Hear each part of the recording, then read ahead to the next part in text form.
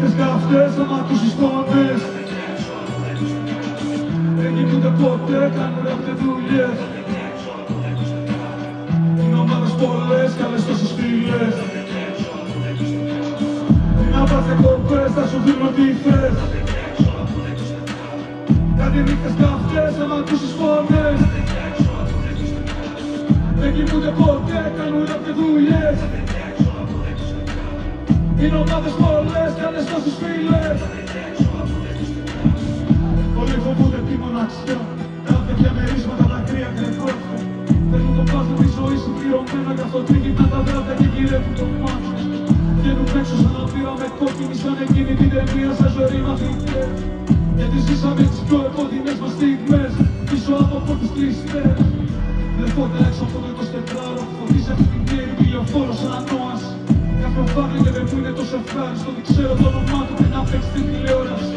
Τους μένα πάω ρε και έχω φύγει. Αποφεύγω τη σιρήνα λες και περιμένω απόφαση. Ένας καταδικάσει αυτό το σύστημα τουλάχιστον θα μείνει μέσα ανέμικη απόλαυση. Γράφουμε ρε πήγανε προχθές στα δικαστήρια και ρωτήσανε αν πήγα για να εμπνεύσω. Πως δεν είναι όλοι οι φίλοι μου ράπερ σου τα ακούνε στον να ζουνε με το πασίκτο. Κοιτάω και τελικά όμως ήταν δίκη. Κατά βάθος όλοι ζουνε σε ταινίες. Κατρέχουμε το χρώμα που είχε ο ήλιος όταν κρύβεται στις πολυκατοικίες. Να πας διακοπές, θα σου πίνω ό,τι θες. Κάτι νύχτες καυτές, άμα ακούσεις φωνές. Δεν κοιμούνται ποτέ, κάνουν ράπτε δουλειές. Είναι ομάδες πολλές, καλές τόσες φίλες.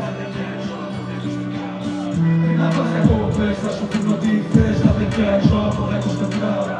Κάτι νύχτες καυτές, άμα ακούσεις φωνές. Τα παιδιά έξω από 24ωρα. Δεν κοιμούνται ποτέ, κάνουν ράπτε δουλειές. Τα παιδιά έξω από 24ωρα. Είναι ομάδες πολλές, καλές τόσες φίλες. Τα παιδιά έξω από 24ωρα. Να πας διακοπές, θα σου πίνω ό,τι θες. Τα παιδιά έξω από 24ωρα. Κάτι νύχτες καυτές, άμα ακούσεις φωνές. Τα παιδιά έξω από 24ωρα.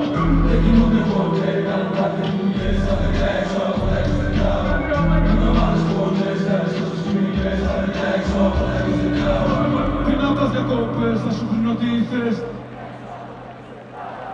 Κάτι νύχτες καυτές, άμα ακούσεις φωνές.